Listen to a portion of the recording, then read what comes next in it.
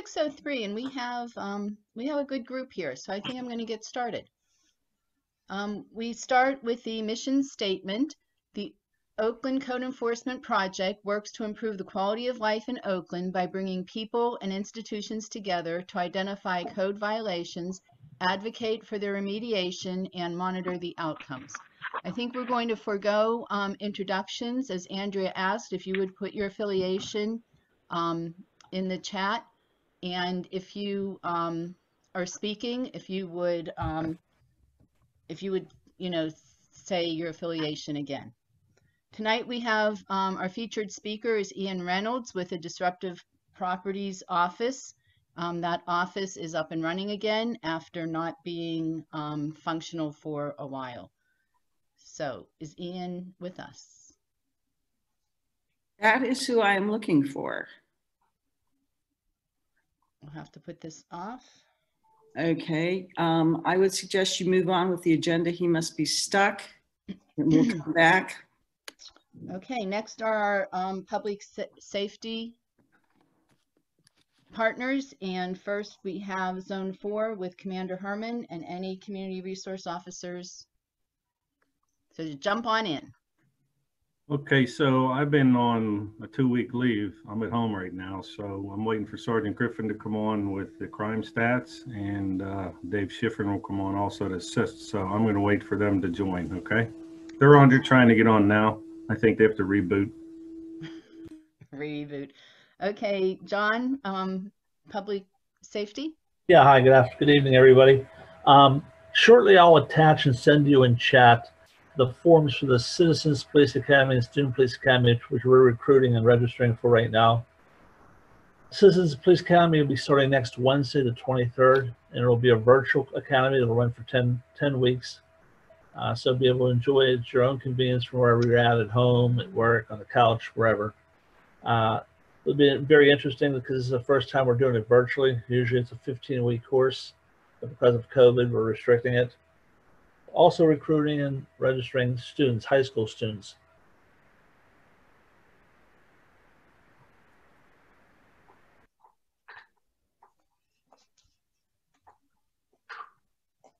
Oh, he's stuck.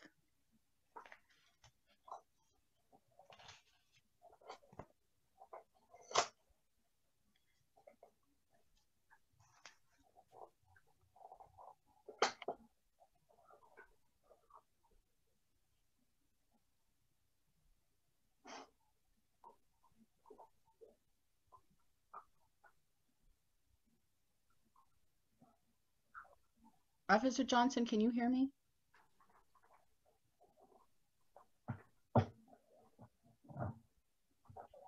He's muted. Yes, can you hear me? Yeah, so I want to know who's stuck here.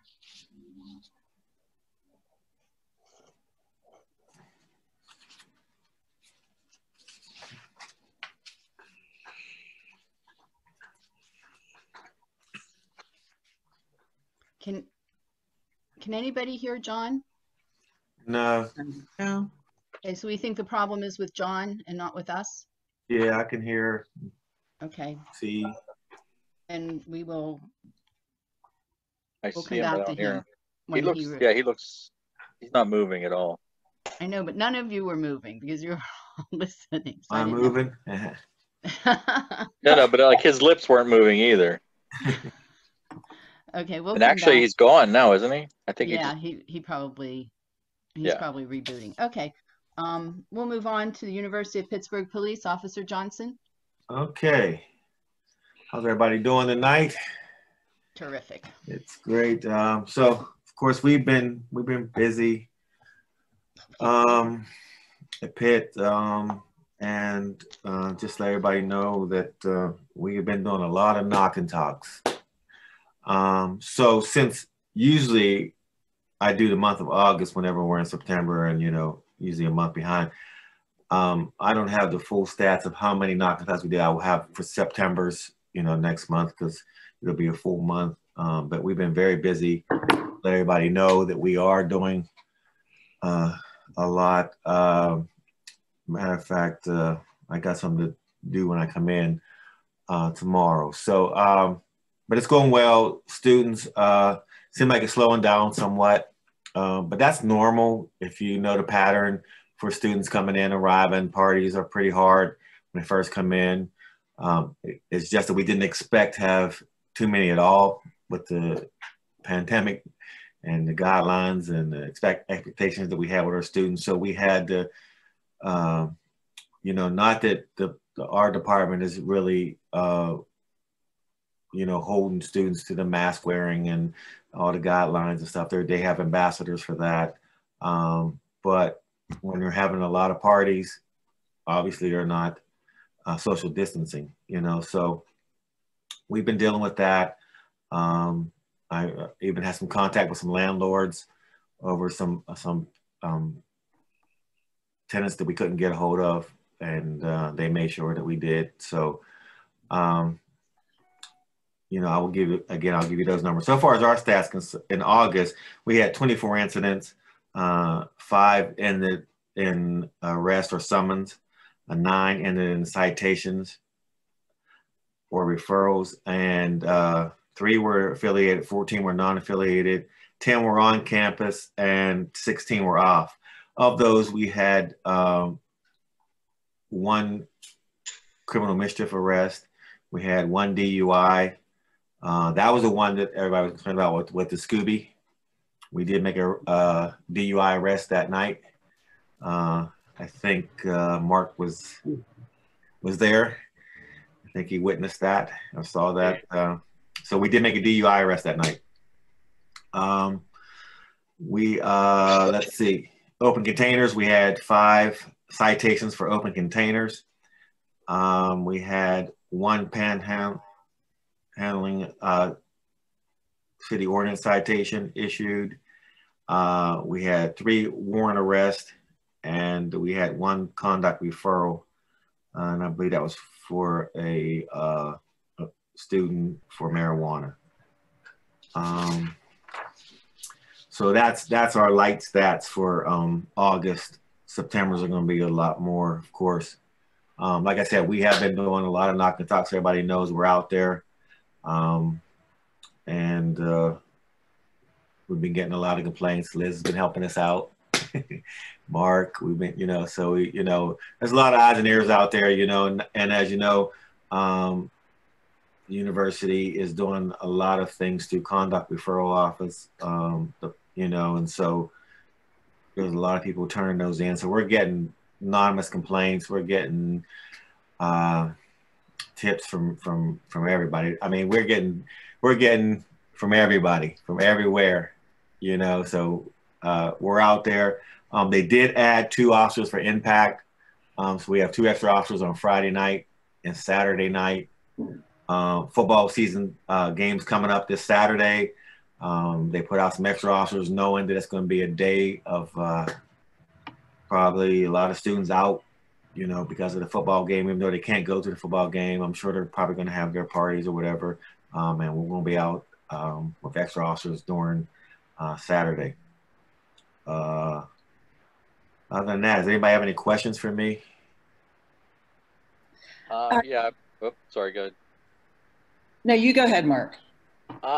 So yeah, I was still a little concerned that of the litany of things that you could have written for. We only got 1 DUI, and I'm guessing only 1 deferral, or referral to the J board for that.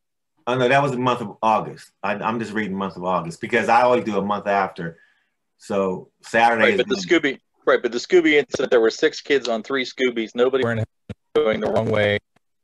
Assuming that the police lights going on were for them going the wrong way, they were evading police. The one got in an accident. I'm not clear like what damage there was because I didn't stay long enough for that. Well, unfortunately, when people are on things like Scoobies and bicycles, you can't catch everybody. Well, okay, because I called Scooby to mention it to them, and they said that their GPSs tracked them throughout the entire thing. So if you contact Scooby, they can tell you who the 3 drivers were. Yeah, and they had at least 2 right there sitting while I was sitting there. Right. I don't know how far we're going to investigate all those Scooby incidents. We dealt with the ones that particular one. There was also another one that we assisted the city on. They had a DUI on another one. So what may not be on my stats may be in the city stats, because they also had a DUI on a Scooby. So not Well, sure. it was the Pitt police responded to it, so I don't. Right. So that one that you were at, we did, and from what I understand, the other ones took off. So unfortunately, there were 4 kids sitting there that night. Right. With the Pitt police officer talking to them. Right. But the only one driving that we got that was DUI. So well, the other one was going the wrong. Right. What is that? Myron. Mm-hmm. I mean, you know, and like I said, I'm a witness. Hopefully he got their IDs. Like that's what I'm saying. Right. At least the 2 drivers that they had sitting there on the sidewalk while I was sitting there, those 2 should get tickets for that stuff.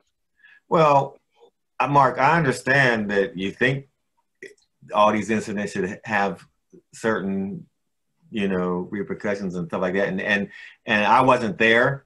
I know that the officers did talk to them. The stats I give you, I don't give you traffic stops, citations. Okay. So those I don't give, because we do traffic stops. You know, well, at one point we was constantly doing traffic stops. So I don't give a rundown of every traffic stop that we make, as far as just giving you citations on traffic stops. Okay. Those are, you know, I mean, I can if anybody wants to hear how many traffic stops we make, but yeah. But I know that they dealt with them from that incident. I'm telling you, there was a DUI. Okay. So not being there, not knowing what the officers did or dealt with, but I know that each one that they dealt with them. Now they could have cited them for going the wrong way. I didn't have that information, or I didn't look into it that deep. As far as I looked at it as what the report came out, and there was a DUI. Okay. And like I said in the other. Like I said in the other email, then, you know, like literally 2 weeks later, there's 2 cars and a motorcycle coming the wrong way down Atwood Street. Right. And it's like, this is, you know, I can't tell you, that doesn't happen that often of anyone. And I'm watching 2 in like 2 weeks. So. Right. And there are more, I've seen a number of scoop, and like I said, they might run into September, because this right here is the end of August. Right. So I'm not sure, but I'm giving you the month of August. And September is going to have a lot more incidents. We have, you know, but like I said, not being there, not knowing the climate. Because listen, you got to understand, we're working on a different, I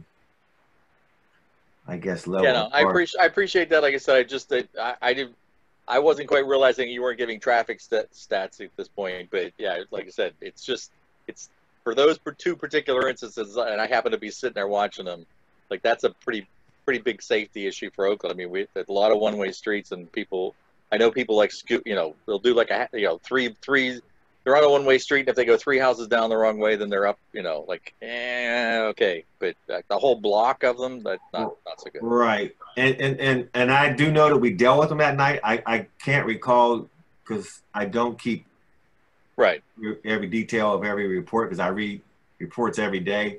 So I take the incidents and I give you those incidents, but I don't have details unless you want a specific detail. Like I asked Liz before, like if you want something that happened, let me know before the meeting. I'll look it up. I'll give you more information. But those things, sorry, I don't have that mind that can remember every report I read. Sure. And I apologize. Yeah, I meant to do that, but like I'm working for the census right now, and they're going crazy, and like that's a whole other issue. Liz, you had a question? Oh no, I was going to say if people have issues with Scooby, it really is important that we do report them. I live on the south side, and believe me, we have a lot of issues with Scoobies over here. Josephine Street has become a road race. Mhm. Right. So do call them, do email them, go on their Facebook page, and let them know, because quite honestly, they can track Right. the CDs, they know who's rented them, and they can also block their future usage.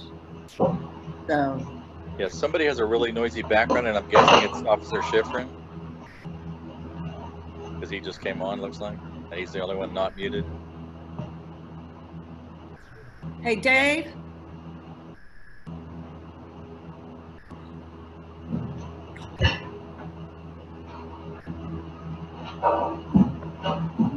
I'll give him.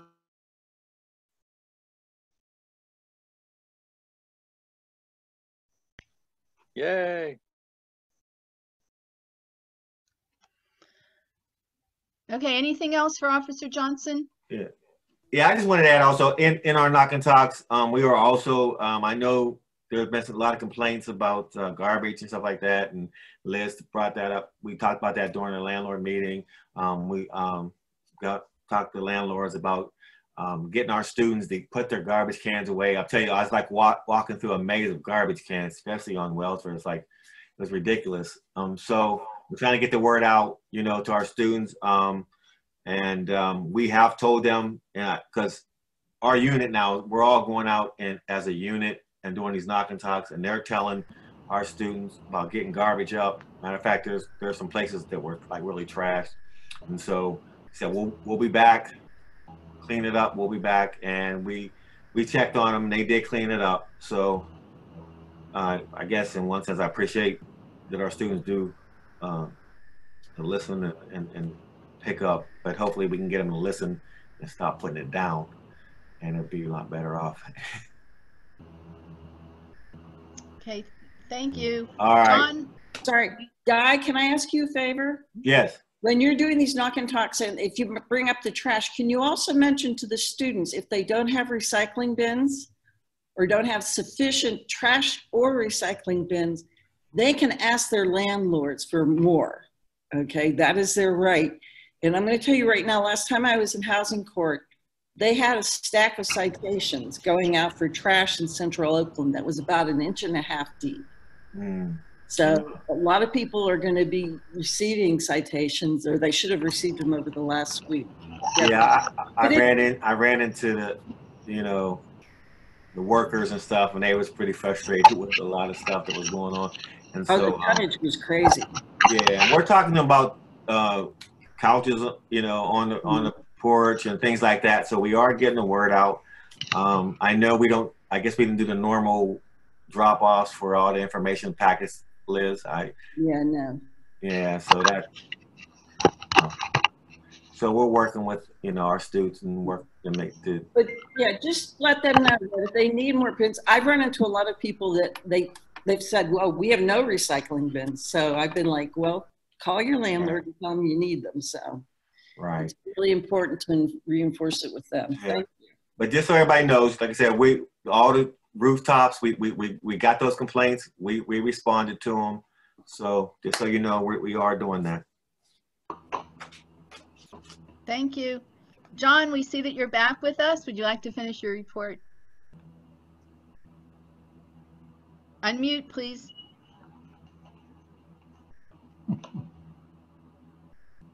John, you're still muted.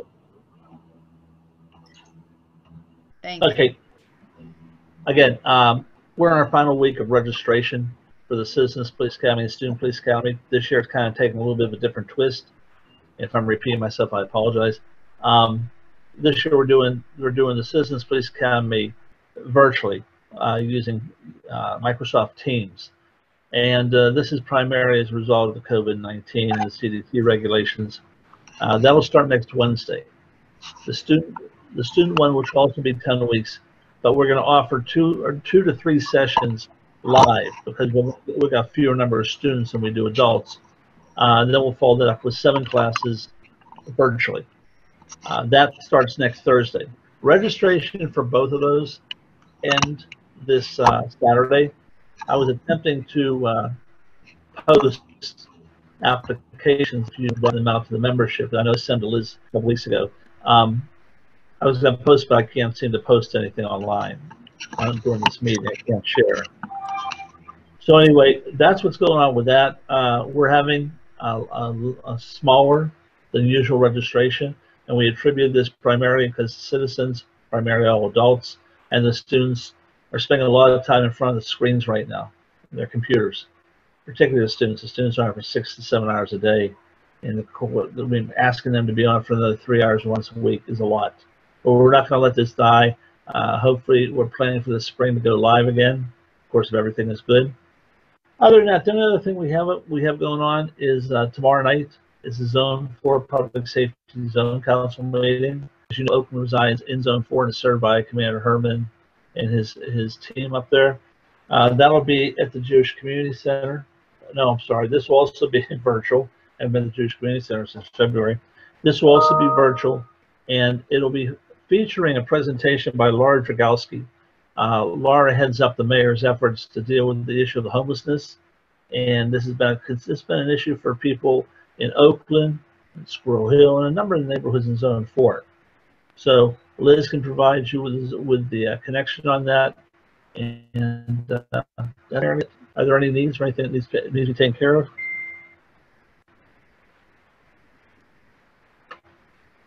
Okay, that's all I had to report. Thank you. Any questions for John? Okay.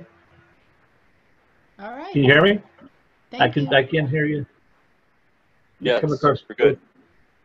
We're good. Thanks, John. Okay.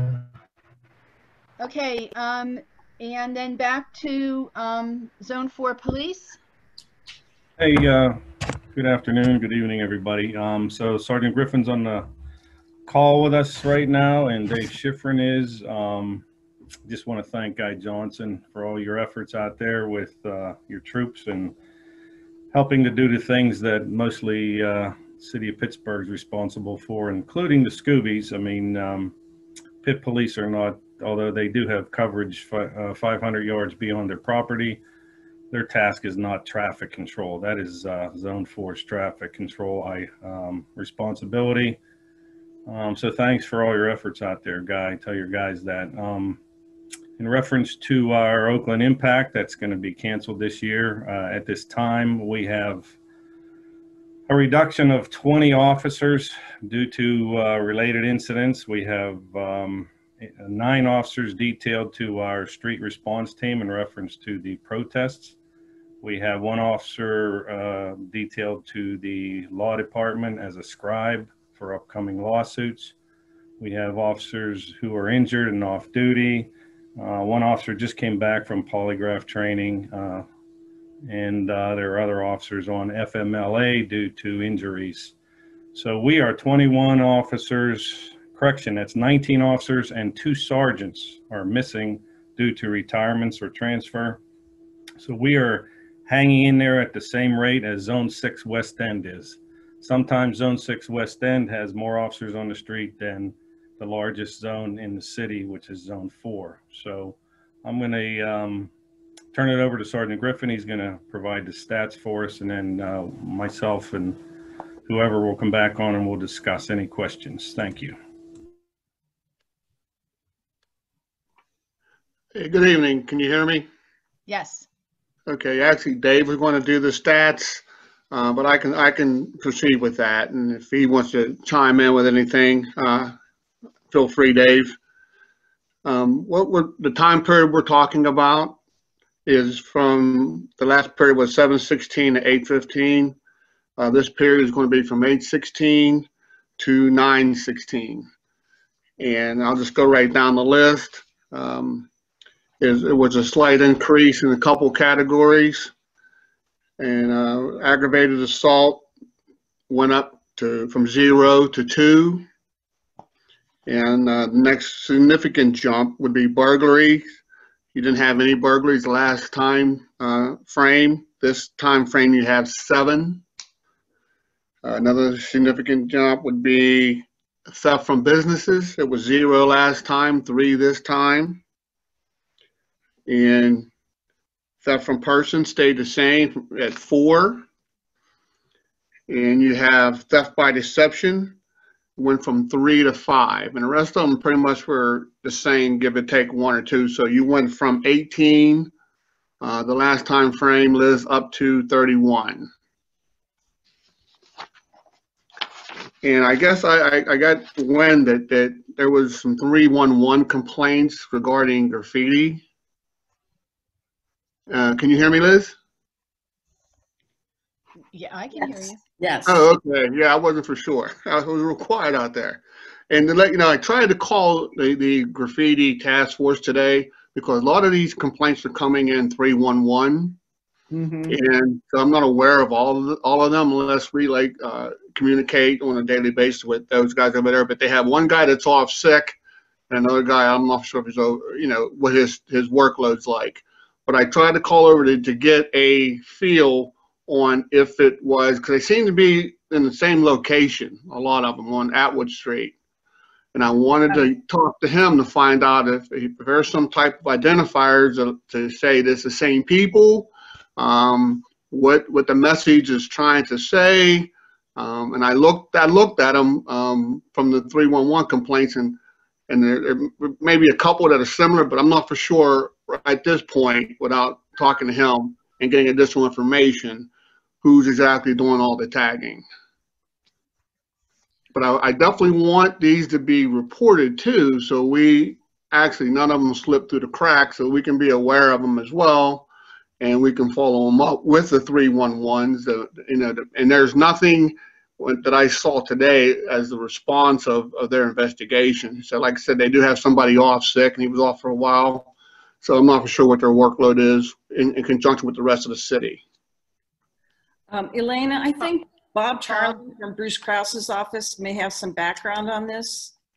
Go ahead, Bob. I wish I had background. I have more questions than anything. Sorry. And I realize how it sounded. I don't mean that to be rude. But Sergeant Griffin, who are you responding to on the graffiti task force? Well, it used to be Officer Sloan, and I called over today, and they have another officer by the name of Stump, who's actually like STUMP. STUMP, and I think there's an F at the end of it. Stump. Okay. And I left messages for him to return my call, and I'm sure he's busy, so he didn't respond back today. But Sloan is off work, so I wasn't able to reach anybody in that department today. So, and I don't quite understand, maybe as well as I should, the hierarchy of how the police force works. But if I can't get a hold of them, who should I reach out to? Because we've got a handful of graffiti issues that I'm worried are being unresolved right now. You're what? We have a handful of graffiti issues that I'm worried are being unresolved all throughout our district. Not just in Oakland, although the tags up next to Oakland Gateway Ventures are pretty astounding. But I don't know where to take this to, and I don't know. Officer Sloan's out of office, says he's not going to be back until the end of October. So I just don't know where to take any sort of. Well, I mean, they can keep if they report them, we get them, and then like I said, what we do, we go out and we take pictures of them, and we do forward it to them. But it still gives us an idea on what's going on. And like it kind of helps, I guess, that department as well if we know what's going on as opposed to going into 311 and being directed to them, for them to investigate. If it's reported, we can, in conjunction with them, work on it and try to figure out what the problem is or who's doing it, why it's being done. But you can forward them to Zone 4, and that'll at least give us a start, and we can at least start working on whatever it is that you have to see what we can do about it. Sure. I think Liz has a pretty pretty large file on the Oakland Gateway Ventures properties. The Oakland Gateway Ventures has been an ongoing issue, but recently I've seen an uptick of graffiti, and I'm pretty sure it's the same people What they're doing is they're coming up Bates, they go down Semple, then they swing back around onto Atwood, and then sometimes they go down to South Bouquet and sometimes they don't. But by the style, the designs that I'm seeing, I'm pretty certain it's the same group. I don't think it's one individual though. Well, Yeah. But I'm not sure who, who it is, but I did look them up today, and I was trying to, like, say, just review them and see if I saw something.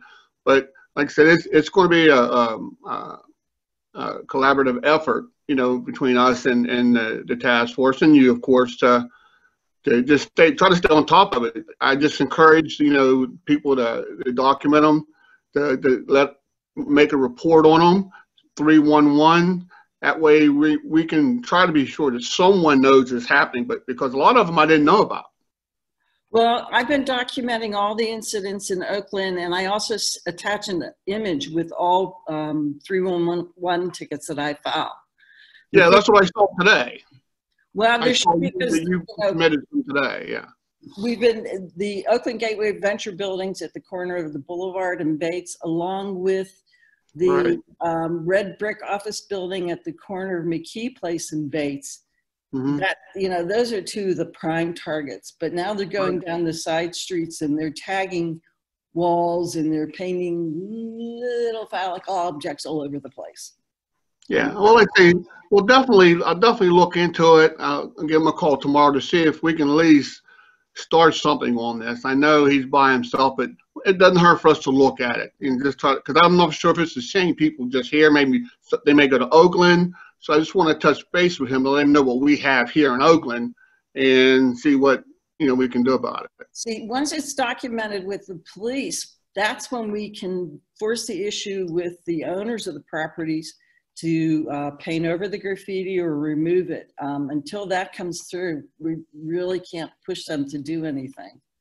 So, yeah, I just want to make sure we know about it. Yeah. That's my main. You want me to send you? I can send you a bunch. Wait a minute, no. We'll talk about it. We'll come up with something. That way we know that it doesn't slip through the cracks. Okay, well, Ron, you and I will talk. Okay. Okay. Are there any cameras in that area? So far, I'm not seeing in the reporting that there is, but that's something that we can look at. Of course, we want to investigate to see if there is something that can help us, because those cameras are very helpful. And we can work with Pitt, too, because they've been very helpful with giving us video of things that are happening and are close to their jurisdiction. So, yeah, like I said, we're going to have to work with a few people to get this. Just not going to happen overnight. Yeah, no, I understand that. Hey, if I could interject here, Officer Stump is in Narcotics and Vice. He merely answered the phone today for probably Sergeant Griffin.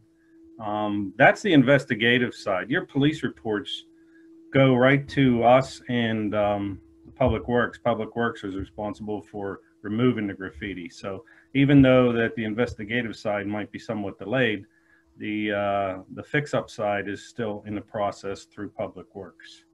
Yeah, but Public Works has to have a release from the property owners to do that. Exactly. Yeah, that's right. But they send out the literature or the information to the landlords or the building owner to say, if you don't clean it up, we will, and we'll charge you for it. Okay, so then is it all right to assume that the people with the Oakland Gateway Venture building at the corner of Bates and the Boulevard of the Allies, and the second office building I mentioned at the corner of McKee and Bates, they're just totally ignoring what they're receiving from DPW? I wouldn't suggest or say that that's the truth. Maybe because of COVID and everything, people are working from home and things are delayed. But you can always call them and ask them. Yeah, they're vacant buildings. They're vacant. Okay. Yeah, that's the problem there. Well, Liz, you send me an email with their phone number, I'll be glad to call them. Oh, I'll do that. Thank you. Yeah, I'll call them. I'm not afraid to jump on a landlord now and then. Go for it. And actually, there's the I forget whatever it is, the Indian Revolution one now there's actually one as you come up come up the Boulevard of the Allies. It's right under the bridge there. It's been reported. That's a PennDOT issue. Huge. Okay. Okay, Zone 4, anything else? Not from my end. Dave, you have anything to add? Okay, now here I am. No, I'll mention one nice thing. So at Dan Marino Field, of course, at the field house, we had chess before COVID shut that down. Um, and there may be in the works some kind of TV show having to do with chess. So if that happens, that would make it accessible, even though meetings in person can't be happening yet. I'll throw out one more thing is Josh Dobbs, who had been a Pittsburgh Steelers quarterback, had left. He had been part of the chess meetings that we were having in Hazelwood. Very supportive. Wrote a check to cover the tournament expenses that we had once.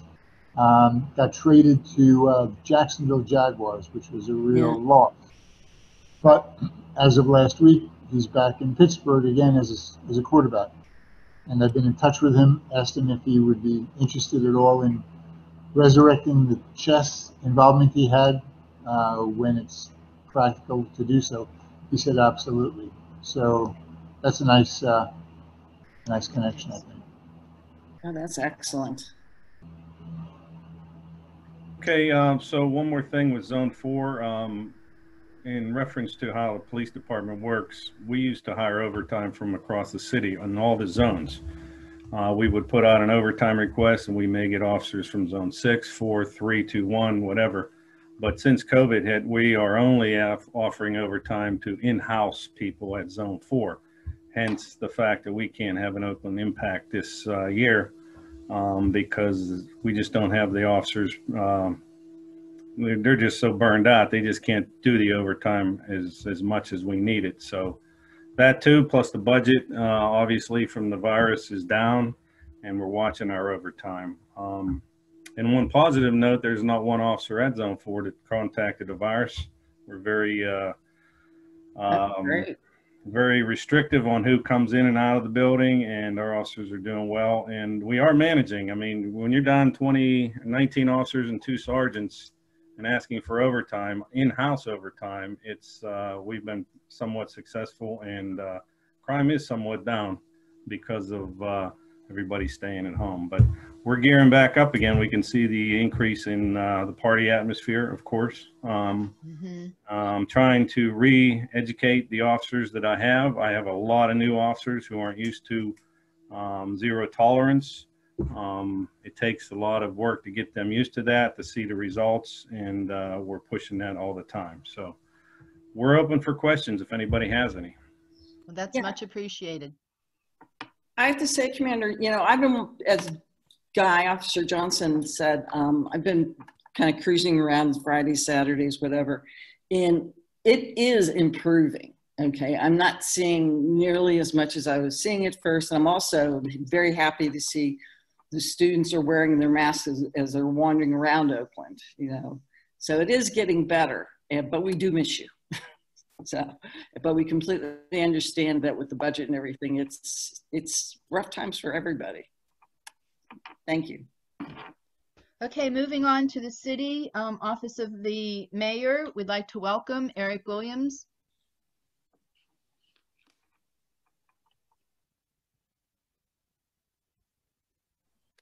Hello there. Hello.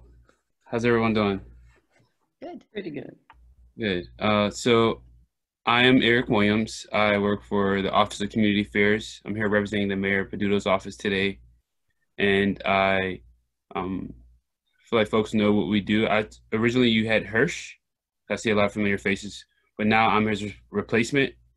And I did loop around with Hirsch, and he taught me a lot of different things that's going on in Oakland. So I'm here as his replacement. And today I'm going to do the announcements as we usually do. I have about 7 announcements. I'll try to run through them pretty quickly because I know you guys have an agenda to keep. So number 1 is the city and county offering rental assistance. There is there's a couple of links I'll share at one time inside the chat. So there's the county's programs. There's COVID-related relief assistance for utilities and rental assistance, as well as the URA. There was $4 million that were just approved. Sorry about that. $4 million just approved a couple weeks ago for utilities and rental services, rental assistance programs through URA. And then there's the Pennsylvania Housing Finance Agency.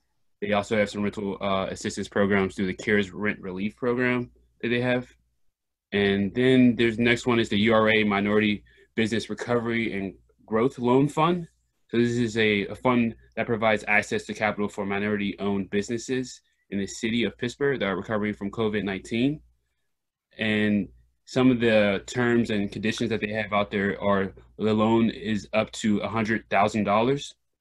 The interest rates are 0 for the first year and 2% for the balance of the loan term in the following years. There's loan terms. The loan terms are 7 years, and no fees or prepayment penalties are associated with this loan.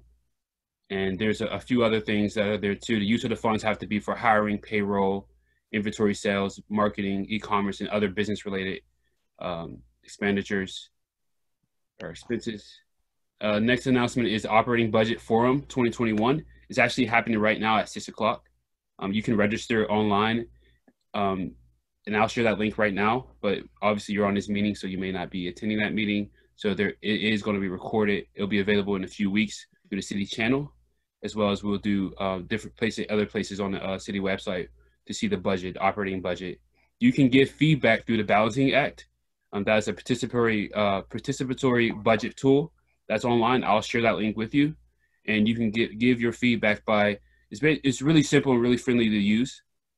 Basically, it's just a circular pie chart where you can allocate different funds to different things. And the budget, the Office of Management and Budget looks at these charts that people submit, and they decide on how they would like to see the from feedback from the community to see what funds would be allocated for the operating budget. There also is a survey too that you can do, and you can fill out and say explicitly what you want. So that's important to know. So that's happening right now as we speak, and that will be recorded, like I said. The census, as I've seen in your email, the last day for the census is on the 30th of September. You can still go online. You can still fill it out by phone and by mail if you still have the slip. So there's lots of opportunities to fill that out, and I'm gonna share that link with you as well. And it's available. The census is available online and by phone in 13 different languages. I'm excited to present the Garbage Olympics is happening this year. It was created in 2017 by a few folks from the city and elsewhere. It's happening on the 26th of September. If you don't know what the Garbage Olympics is, it is what is it? Have some descriptions here. It's an adventure. An adventure, right. It's an event that's grown over the years from 5 East End neighborhoods to 34 communities all over the city of Pittsburgh, including Penn Hills. There's prizes awarded for most trash collected, largest team, weirdest item found, and most spirit. So you got a chance to get creative about it. In the most recent Olympics, we had about 1,000 bags of trash picked up from the city streets. An event helps neighbors come together to clean up communities while participating in the citywide event. In the Garbage Olympics, everyone wins. So. Eric, I'm very happy to say that the University of Pittsburgh and the Oakland residents, we field a team every year, and we've won the most team members with 2 or 3 years in a row. So, and we're going to be out there on the 26th.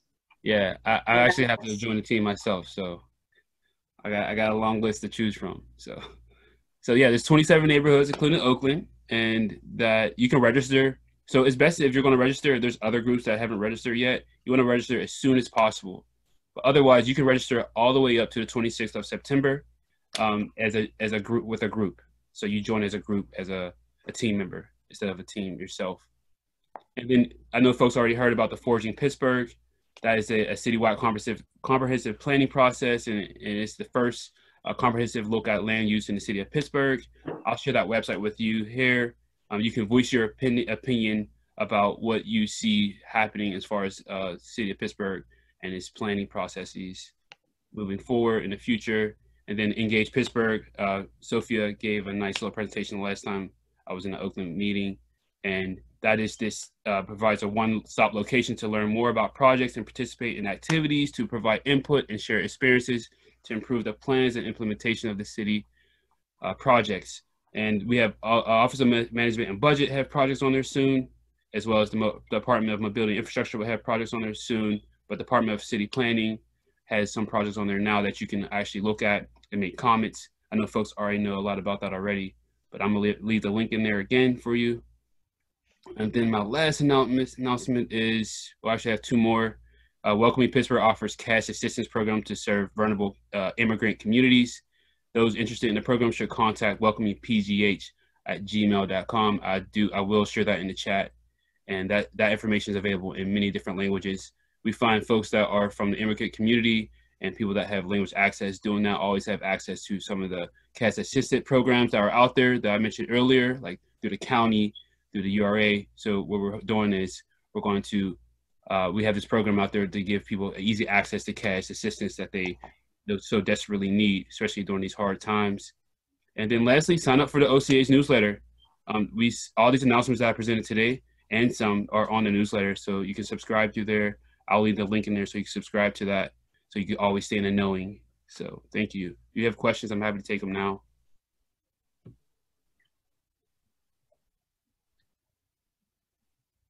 I think we're all good here. Okay, Yeah. thank you. Problem. Emily from the Office of Nighttime Economy was with us, but she had to leave. So Liz, you have a few words from her? Okay, basically just wanted to give you a brief update on, with the changes with the court ruling, the governor's regulations as being unconstitutional, it really still doesn't impact us all that much because the governor is applying for a stay and challenge, and two, the rules that are set for restaurants in Allegheny County are set by the Allegheny County people, not the state. If you have any questions or if you have any concerns about it, it's best that you go through the county and their health department. They do have a line that you can put answers to. If anybody has any other questions for Emily, that'd be great. Just send them my way and I'll package everything up and send it on over to her. She apologized for having to duck out. Okay, thank you. Parking Authority, Gwen? There you are. Hi there. So Hi. in the month of August, we were just starting to get back with our residential parking. So we had very, very little citations to report, but we are so happy to be back on RPP enforcement. And we are happy to be enforced. Oh gosh. September should look a lot better. The officers are out there. They've always been writing for non-parking areas in the RPP areas, but we just really started being able to enforce for the lack of permit. So everything's going well so far. I think there were 13 in Area E for August, and that was really all we had. One thing that we haven't gotten back to is evening enforcement or any of the PEDs. So we're still waiting for those to come back. At this point, probably not until the beginning of the year. Why is that? Staffing and budget and approval from the city.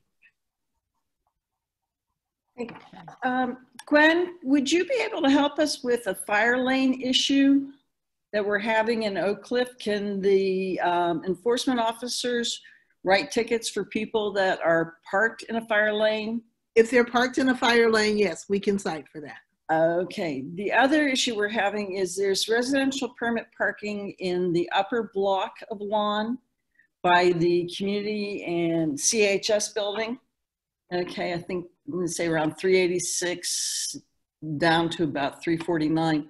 The street is exceedingly narrow and we've got a great deal of people parking on sidewalks again. And even when the people park on the sidewalks, it's a two-way street.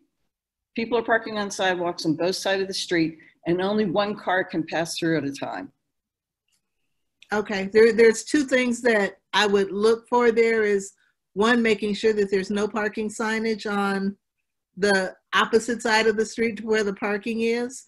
And then by all means, we'll get our officers out there to enforce. Okay, so we can request through 311. Yes. Okay. Okay, great. Thank you. Anything else for Gwen? Yeah, I had so there's what appears to, well, it looks like it was in an accident and abandoned, and it's moving forward, and it's at least 2 feet away from the curb over on Parkview near Wolf Way. And I haven't seen any tickets on it yet, so can we get some on there? Absolutely. Next. Can you send me the address and I'll make sure that someone's out there looking at it tomorrow. Yep. I will send it to you after this meeting. Okay. Thank you. PLI, Desiree?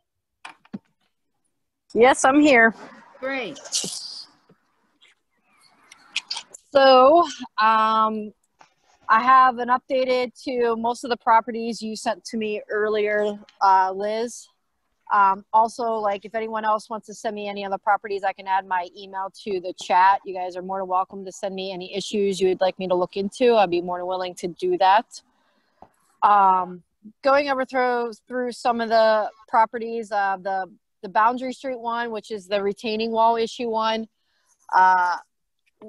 There has been emails back and forth with PLI with the owner of this property. He doesn't seem to understand exactly what he needs to do to be in compliance, or what he really needs to submit to make sure his permits go through. So we're having some issues with him right now. And I know this has been an ongoing situation, but I'm trying to work with him, but it's been a little complicated. I don't know, Liz, if you've had any contact with him lately on this at all. Yes, I have had contact with him regarding the parking lot that his vacant turned into. But you know what? I'll get you Gabe, his assistant's phone number. And you can speak with Gabe. It's easier.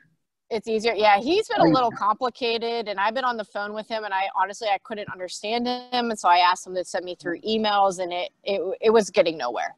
So, but yeah, if you could send me all that, I will gladly reach out to Gabe and try to resolve some of this. Okay, great. So we can get this moving, because it has been an ongoing issue, and I think it's getting worse. So it is.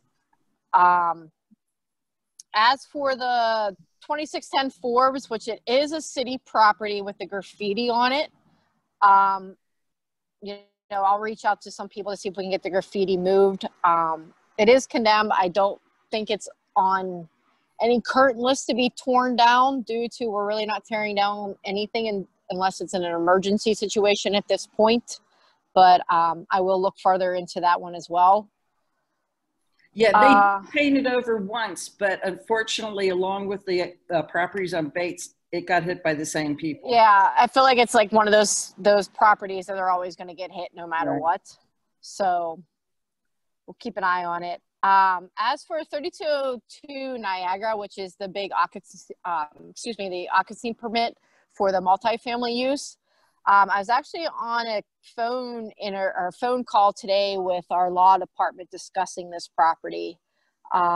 We're moving forward on our end of reciting the property for them illegally using it. They were in litigations before COVID hit with the previous owner. On our end, our solicitor told us to hold off on any citations on the property. I did get to go ahead today to pursue it again. So we are going to pursue them illegally using the property. And at this point, you know, they do need to make some actions as the new homeowners to put the property up to proper codes. I was physically in this property, so I do know it's being used as a 2-unit, no matter what they say to me. I did see, I think the one unit, they have 2 units. The upstairs unit, I believe, has 3 bedrooms, and the downstairs units has 2 to 3 units. I'm not quite even sure if the 1 unit or the 1 bedroom is actually considered a bedroom. So there are some safety concerns on a PLI standpoint that we do have with this property. So we are going to pursue this one pretty hard. Good. Hallelujah. Yeah. So it may be a drawn out one. It may take some time, but we are going to go forward with it at this point. And I do have law on my side, so we're going to take it to where we need to. The 3204 Niagara, I know it's condemned. I know we have no service to it. so that's why it's never got a court date set for the condemnation part of it. I do have 2 open clean and lien work orders on it with DPW. I have referred it over to them. I don't know when they will get to it, but I did pass it along, so hopefully we can at least get the property cleaned up. But I don't know when that's going to happen. That's kind of a standpoint on our side of it. The 3221 Kennett Square, it is going to court. From a PLI, the owner has never contacted us on anything, so I'm not quite sure what's going to happen. I'm not quite sure if they're even going to show up. Yeah. So, Desiree, do you know, and I should have asked you this earlier, but could you check and see if they ever got an occupancy permit for the 2nd-story deck that the guy built himself? Yeah, I could definitely look into that. I didn't look at that originally, but I can look at that tomorrow for sure and get back to you on that one. Added that. Yeah, no, that's no problem. And another thing about 3221, we have all kinds of data that would be of use to you concerning 3221. Okay. Yeah, any information you can send to me. I'll add my email to the chat. You guys can email it all over to me, or Liz has my email as well. We'll take it in consideration and use it towards our case as much as we can. Yeah, okay, because, I mean, we've collected it over the years. Yeah, absolutely. That's not a problem. Okay. 3319 Niagara, Miss Carol Pepper is kind of MIA. We haven't had service on her. Again, we have a couple clean lien open on that property. I have passed that along to DPW, so it's kind of in their hands at this point. Well, can we actually maybe just get the sidewalk cleared? Because right now people are having to walk in the street because they cannot get past the house. Okay, yeah, I will, I'll email them again tomorrow, stressing more of a sidewalk right-of-way issue and see if they can at least get out there and get that cleaned up. They could do that. That would be brilliant. Yeah, I'll pass that along tomorrow for sure. I know you talked about the Bates property a little bit. Like you kind of said, Liz, they did clean it up right before they were in appeals court. I mean, it's still going to be an ongoing issue with them. I'm not quite sure what's going to happen with these properties. I have never actually physically talked to the owner, so I don't know what their plans are. I know there's some past history with this, but I can't answer what's going to happen going forward with it, though, at this point. Sorry, was that which Bates Street property was that? It's those 3401 to, yes. Okay. Yeah, I think I filed the 311 on that. Like they trimmed the grass and stuff in the front, but if you look in the back, it's literally one huge glob of ivy grown up from the fence all the way up to the roofs of those buildings. Yeah. Okay. So ivy on the property is not considered overgrowth. You can have ivy on your property, but I can send the inspector out again to take a look at that. I mean, I'm just saying, like that I would think is like a health hazard because there has to be like rodents and stuff in there. It's completely overgrown. So like it's a hazard. Yes, you're correct. And it can deteriorate the property, but it's not like a strictly code violation though. So it's kind of like, if you want your property to deteriorate, that's up to you.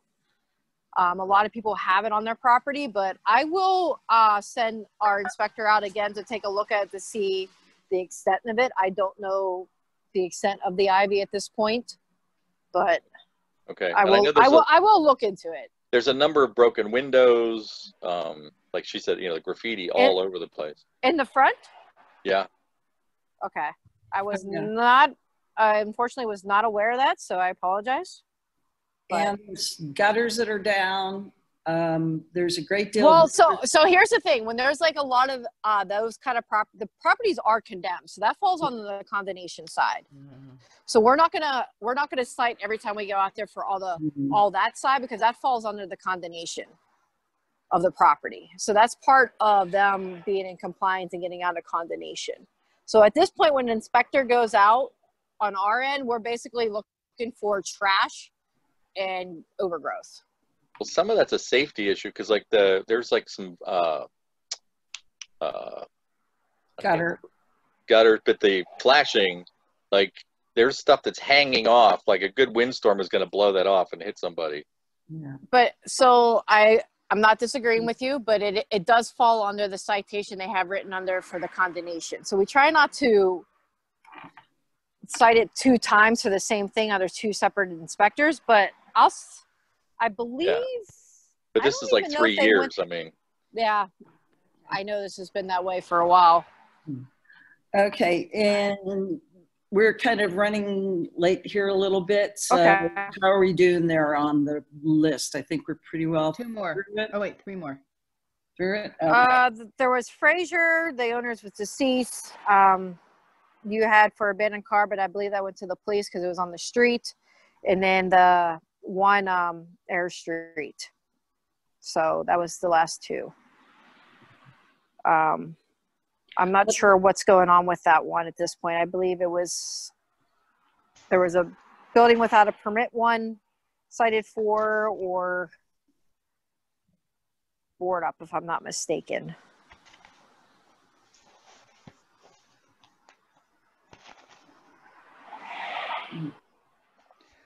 But that's all I had. Yeah. Desiree, how long are owners given to get a building out of condemnation? It depends. I mean, Years. like, it can be years. If there's no service to the property, the courts will never set a court date for it, so it'll just sit in condemnation until forever. I'm back basically. on Oakland Gateway Ventures. I believe they are getting service. Yes, they are now. Yeah. Yeah. I don't remember what off the top of my head right now. I don't have my notes in front of me on that one about when they went to court for condemnation, because we only had them in court for the garbage and the overgrowth. I'll have to follow up with that one and get back to you guys on that one, but okay. But I'll definitely reach out. I'll send Liz an email tomorrow about that one, about where they are with the condemnation and everything with that one. But I mean, typically, like, if we have no service to the property, it'll stay in condemnation. If we end up having service to the property and it goes to court, it's up to the judge whether they continue it, if they are pulling building permits, or what they're doing with it. So. Well, they're paying fines right now. They haven't pulled any building permits, and it seems the structure of the company may be changing too. So I know they were, I thought at one point we're trying to tear it down, and then I'm not quite sure what happened with that as well. I'm going to see, Liz, do you have a contact person with them or a phone number? I can send you a couple. Okay. Yeah. Send me those and I'll reach out. I'll try to reach out to them as well this week and see if we can, cause I haven't had a phone call with anyone from that property at all. Okay. Yeah, we have. I'll send them tomorrow morning. That'll be perfect. Thank you, Desiree. Yeah, no problem. News from City Council, Councilperson Krause's office. Bob? Hey, I will be quick here. I just want to make another push. I know Eric already mentioned it, and it's been mentioned a couple of times this meeting. The Engage PGH Oakland portal. Very cool to check it out. And I know, Elena, you were involved in this process, but I just want to push that forward. I think it's something we need to take advantage of here. The other thing I want to say of crucial importance, on the 23rd at 1:30, we will be hosting a public hearing for Bill 645, which is the historic designation of the Blessed Mother shrine on the Parkway. So that will sail through. But it would be nice to have some community support as we designate. Those are my big things there. Desiree, can you mute your phone? I think that's you. Oh, sorry. Sorry. Those are the big things there. Does anyone have any questions for me? Did you say you want to have people there as well, or virtually? Yeah, it'll be a Zoom call or a Zoom public hearing. And yes, we would like to have as much community support as possible. It isn't something we need to persuade other members of council. Councilman Kraus designated it. It will not be a, there are other sort of designations that sometimes can be challenging. This is not one of them. But it would certainly be nice to have folks come in and mention what this means to them. So okay, yeah. If you send me some link information or whatever, I'll send that to Sam. And have you been in? I haven't seen her in a very long time. Sophia Koss, have you? Is she on your radar to contact about that? About the Blessed Mother, I think she was involved with the original designation, but I can make sure if there's anyone in particular that we need to make sure. But I think she was involved in the nomination. Okay, that's what I'm saying. That she and she is, from what I understand, she was very involved with its upkeep as well. So okay, she probably already knows about it. But if not, like that would if there was one person to contact to say we're doing, this is happening, be there. I don't know if she may not. I mean, I don't know if she has any internet access. So maybe if you could arrange something for that for her too. I mean, there's a call-in number as well. So yeah, but I'm just saying, like, yeah, yeah, of course, and I did a fair amount of research on the site for the designation, and I'm excited to see it go through. It's really pretty interesting. It's a really cool kind of community process how that was built. So that's all for me, unless anyone else has any questions. Hey, Bob, I have a question for you. I just want to know if you're familiar with OPDC wanting to add a mural at South Bouquet Street. And it's a pretty nice mural, except for the fact that there's a QR code there that incorporates video imagery and solutions to problems with police brutality. Are you aware of that initiative? No, that's new to me. Okay, well, PDC could probably fill you in on that. I just wanted to bring that to your and Bruce Cross's attention. Thank you. Okay, thank you.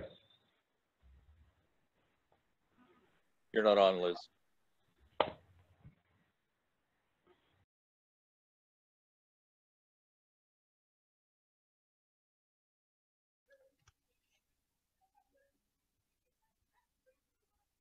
Liz, was there something you wanted to say? Because you're muted. Muted. Still muted. Still. OPDC is aware of the mural. We were not made aware of the QR code. We did actually post several images on our website showing what he wanted to do, but this is the first I'm hearing of that code. So I'll find out what I can find out and get back to you. Anything else for Bob? Thank you. I don't believe Cassandra Williams is with us from LaBelle's office. If you are, would you make yourself known? Okay, then we're going to move on to the University of Pittsburgh. Jamie or Alex, you got the floor.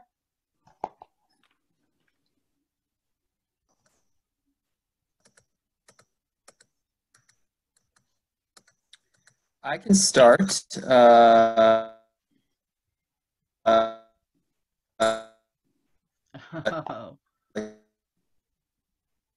Jamie, can you help us out? Yeah, I think Alex may have lost service there, and I just had my very loud family behind me. Things that are relevant to the stream may be catching up here. Yeah. Sorry, you had major lag, Alex. We couldn't hear you, and then you were over me. I'm going to give just very quick updates. So what I'm going to drop into the chat is a box file link to for the September updates from our office. As Officer Johnson shared, you know, we've all been working really, really hard to be responsive to the literally hundreds of emails that we've been getting to COVID concerns and to suggest appropriate courses of action when reports are actionable. So just to share a little bit more about our process, we have daily COVID team meetings led by our Dean of Students, Kenyon Bonner. We've got our Pitt Police. We've got our Chief Medical Officer's office weighing in, community and governmental relations, really a cross-functional team so that we can be as communicative as possible. I can share that you know, there's been a significant uptake in, as you can imagine, a conduct activity happening. I've personally filed no less than, I want to say, 8 conduct reports based on photo evidence, COVID concerns that ended up being founded. But I just kind of wanted to share broadly that we are being responsive, and that the phone numbers that we attach to our community and governmental relations letters do go to Tammy in our office, who then sends me a very kind of brief email on what type of follow-up folks are looking for. So I'm making individual calls to residents that have concerns, to business owners, to have conversations about our campus community and broader neighborhood coming together. We're also just very busy thinking about the ambassador positions that are going to be hitting the streets shortly. I can share that we, Alex and I, have sat in on a number of interviews, so we are in the interviewing process. We're hoping to be able to move to next steps pretty quickly.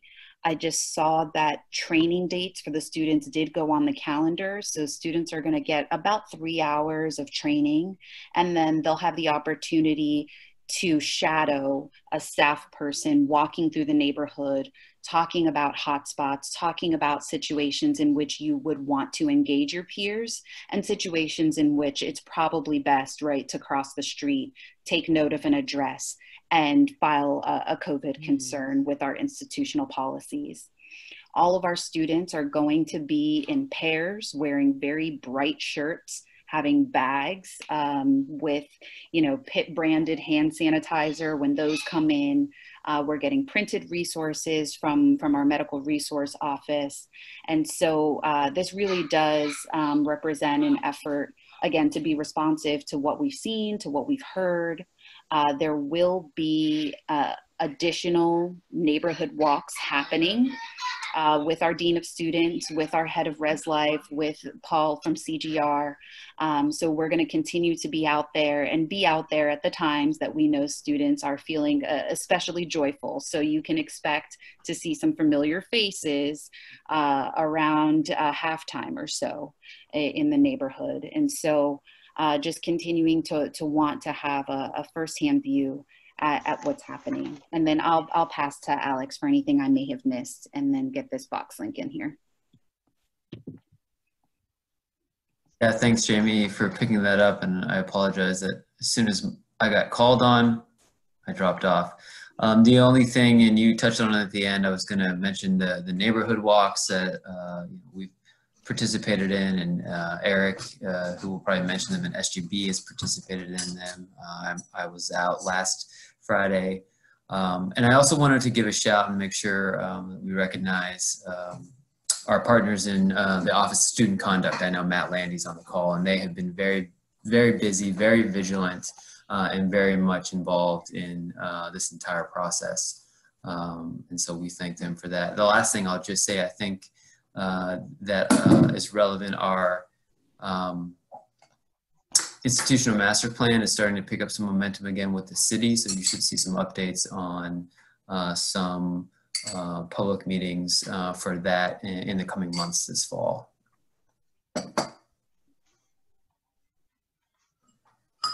Thank you. Any questions for Jamie or Alex? Great. The SGB board, Eric? Hi, I'm Ryan. I'm actually going to be doing a little bit of our updates first. So for those of you who don't know me, my name is Ryan Murphy. I'm chair of the Community and Governmental Relations Committee this year, taking over for Tyler, who was in that position last year.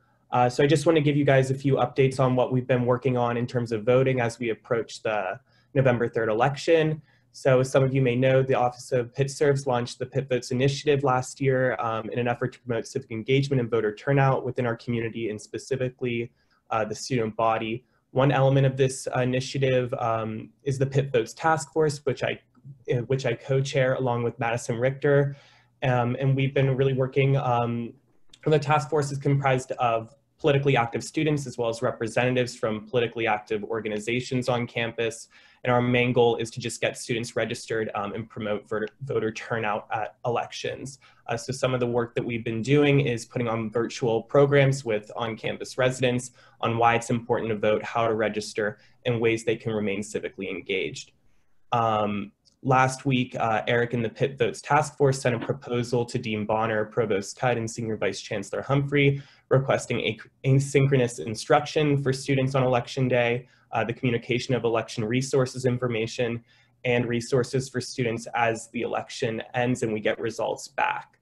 So that's what we've been doing in preparation for the election. I also just wanted to provide some updates about what we're doing in wake of COVID-19. So SGB is currently working with Dean Bonner and the Office of Community and Governmental Relations to make sure all social distancing guidelines are being complied. So wearing masks, staying 6 feet apart, avoiding large gatherings. And we're also beginning to evaluate the current status of the pandemic in an effort to start planning what the spring term will look like for students on campus. That's all I have right now. So if there's any questions, feel free to ask. Well, that's some good stuff you guys are doing. Any questions? And tell them to fill out their census form.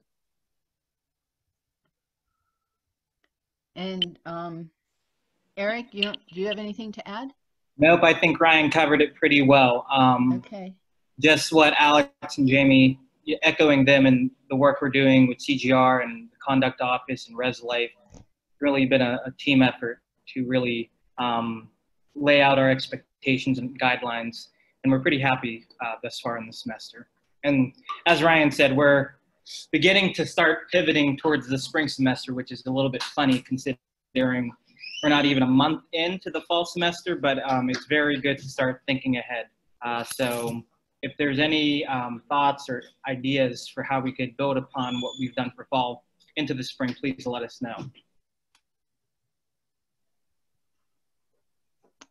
Thank you. And we have Matt Landy on the call too from the Office of Student Conduct. Matt, anything to add?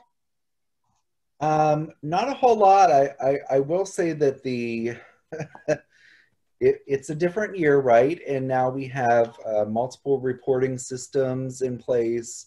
I will say that the number of conduct cases has been down, and so we're not seeing a ton of reports about alcohol and other things, which is good. But we are following up, as I think everybody has said, on the concerns, and if they're validated. You know, the numbers for the streets, the house numbers are a little bit wonky sometimes, and so it may jump from Myron 312 to Myron 320, and somebody reports Myron 314 because it's the house next door. And you know, that's not something that's actionable, unfortunately, but we do keep an eye out. We are keeping spreadsheets and looking at multiple concerns for locations, and we're following up as much as we can if we get names of those residents. We are we're digging deeper than we ever have before, I think is my point. And but overall, I think behaviorally, and Liz, I think that you echoed this earlier, that we're doing a little bit better last year than or a little bit better this year than last year. But it's this concern of not wearing masks and not social distancing. And so we're honing in on those issues. So we'll continue to do that. Trust and believe every kind of concern that is submitted is reviewed and routed to the appropriate place. So thank you. Any questions for Matt? All right, great. Any general community questions? All right, so you can see the announcements and events. Liz has done a good job of putting all those together. And our next Oakwatch meeting is Wednesday, October 21st. It will be a noon meeting, and it might be Zoom or maybe, hopefully, optimistically, in person. So that's to be determined. Thank you, everybody. Thank you. Good night. Good night. Thank you too. Thanks all. Thanks.